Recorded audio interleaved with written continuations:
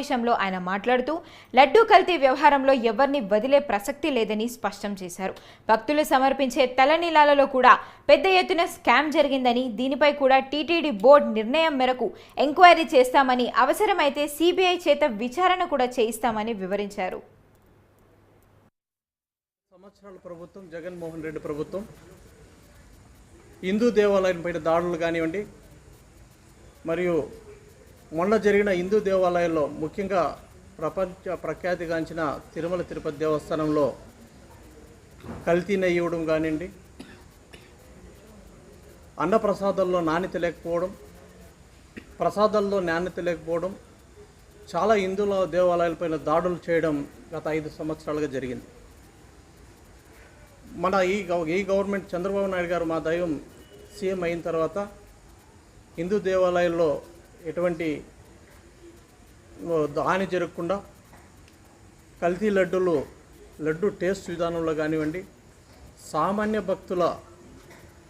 సౌకర్యాలు కానివ్వండి, అదే రకంగా మన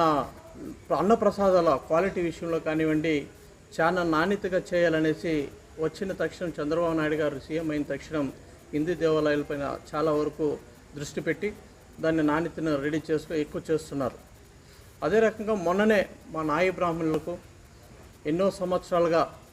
నామినేట్ పోస్టుల్లో ఎక్కడ చోటు కల్పించకుండా, మేము ఎక్కడ పోటీ చేసుకునేదానికి అవకాశాలు లేకుండా ఉంటే, మొన్న లోకేష్ గారి పాదయాత్రలో మన గవర్నమెంట్ వచ్చిన తర్వాత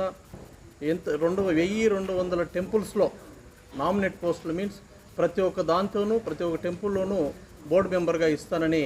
లోకేష్ గారు, మా దైవం లోకేష్ గారు చెప్పడం జరిగింది. అదే రకంగా మా గవర్నమెంట్ వచ్చిన తర్వాత మొట్టమొదటిసారి క్యాబినెట్ మీటింగ్ పెట్టి చంద్రబాబు నాయుడు గారు మరియు పవన్ కళ్యాణ్ గారు మరి నారా లోకేష్ గారు మా నాయి బ్రాహ్మణులకు ప్రతి దేవస్థానంలో ఒక బోర్డు సభ్యుడిగా నియమించడం కూడా జరిగిన దానికి మా నాయి బ్రాహ్మణులందరూ రాష్ట్రంలో అందరూ హర్షం వ్యక్తం చేస్తున్నారు.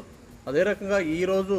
తిరుమల తిరుపతి దేవస్థానంలో కనీవిని ఎరగని రీతిలో 2 నాయి బ్రాహ్మణులకు చోటు కల్పించడం మా నాయి బ్రాహ్మణులందరూ సంతోషం వ్యక్తం చేస్తున్నారు. ఇంతవరకు